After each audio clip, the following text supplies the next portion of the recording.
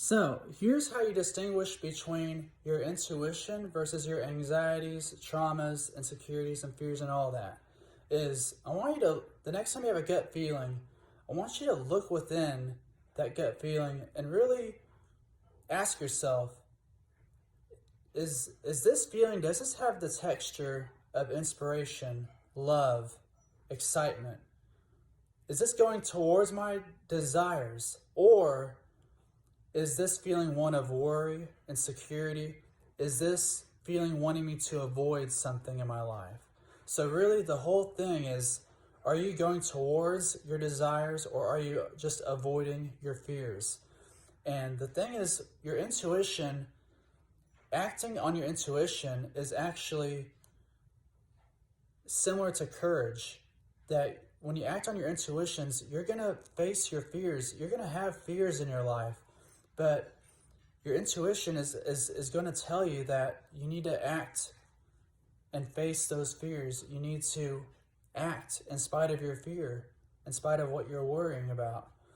And whereas anxiety is going to tell you to avoid those things in your life. So sometimes our desire is clouded up by our fears, and the way that we open up our desires back up is sometimes by facing our fears. So they're very intertwined together, but I think the simplest way is acting towards what lights you up, acting towards love. And love is not always like a wishy-gushy thing, you know. Jesus Christ, Gandhi, they acted on their intuition to make the world a better place. And you know what? They faced fear. They faced persecution. They faced all that stuff. But they made an intuition-aligned decision. They chose to face their desire, face their fears.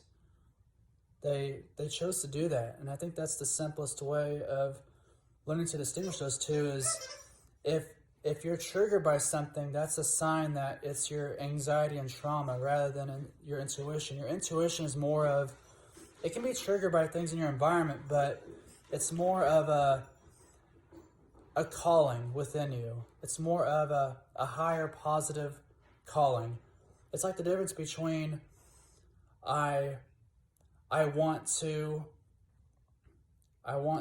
give this person praise, love, joy. I want to impact the world in a positive way versus I want to avoid, getting hurt. And while it's valid to avoid getting hurt in your life, sometimes our purpose is so much greater than ourselves that we're willing to hurt a little bit to achieve our goals. So I hope that's helpful just to think about those two. Really, it all just comes down to, are you really going after, are you going towards something, or are you avoiding something? And you want to spend most of your decisions going towards something than away from something, because you can't really achieve anything going away from something. The fact is we're all going to die someday. And, it's something that you just have to realize is that we're all going to die someday, and safety, comfort, this is stuff that is all going to be temporary, and that it's important that you do what you really want in your life. Go after what you're really wanting. And if it's hard for you to find that out, then that's a topic for another video of figuring out what you're wanting. But that's also your intuition too, is your intuition helps get you clarity about what you're wanting as well.